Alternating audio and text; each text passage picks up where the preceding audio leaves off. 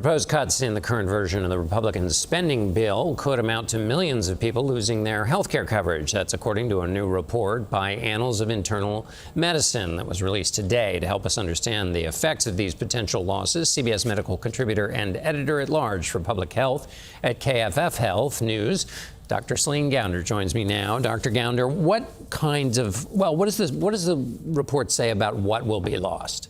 So it's estimated that 7.6 million people could become uninsured as a result of these budget cuts. The House Republican budget includes several major changes to Medicaid, which include adding work requirements, increasing administrative red tape, shifting more of the cost to the states, as well as restricting certain benefits and services. And remember, work requirements might sound like a good idea, but most Medicaid recipients already work or they can't work due to disability or caregiving or school. So what does this mean in terms of actual health care and people's treatments?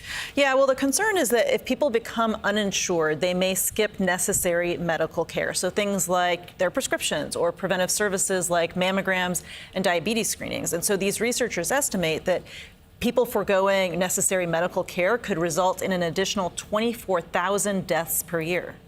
And so what's the case for why these cuts are necessary, or this change in the reporting is necessary? Well, the Trump administration wants to extend tax cuts. And in addition, you have the House Republican spending bill, which would increase spending on defense, border security. And then you have fiscally conservative members of Congress who worry about increasing federal deficits.